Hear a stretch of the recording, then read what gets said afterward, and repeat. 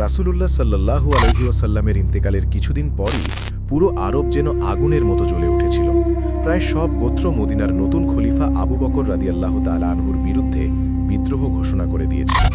সবাই মনে করেছিল এবার ইসলামের শক্তি শেষ হয়ে যাবে, কিন্তু তারা জানত না আবু বকর রাদিয়াল্লাহু তাআলা আনহু কতটা শক্ত সিদ্ধান্ত নিতে পারেন। তিনি এক মুহূর্ত দেরি না করে বিদ্রোহ দমন করার জন্য তার সেরা জেনারেল খালিদ বিন ওয়ালিদকে পাঠালেন এবং খুব অল্প সময়ের মধ্যেই সব বিদ্রোহ একেবারে চূর্ণ বিচূর্ণ হয়ে গেল। আবার পুরো আরব এক পতাকার নিচে একত্রিত হয়ে গেল। কিন্তু এখানেই শেষ নয়, আসল গল্প এখন শুরু। আরব এক হলেও এটা তখনও ছিল একটি মরুভূমি এলাকা, দরিদ্র এবং দুর্বল। কিন্তু আরবের বাইরের দুনিয়া তখন কাঁপছিল দুইটি বিশাল সুপার পাওয়ারের হাতে, রোমান এবং পারস্য সাম্রাজ্য। এই দুই সাম্রাজ্য হাজার হাজার বছর ধরে পৃথিবী শাসন করেছে এবং তাদের শক্তির সামনে কেউ দাঁড়ানোর সাহস করত না। কিন্তু সবচেয়ে আশ্চর্যের বিষয় হলো এই দুই সুপার পাওয়ার তখন নিজেদের মধ্যেই ভয়ঙ্কর যুদ্ধে জড়িয়ে পড়েছিল।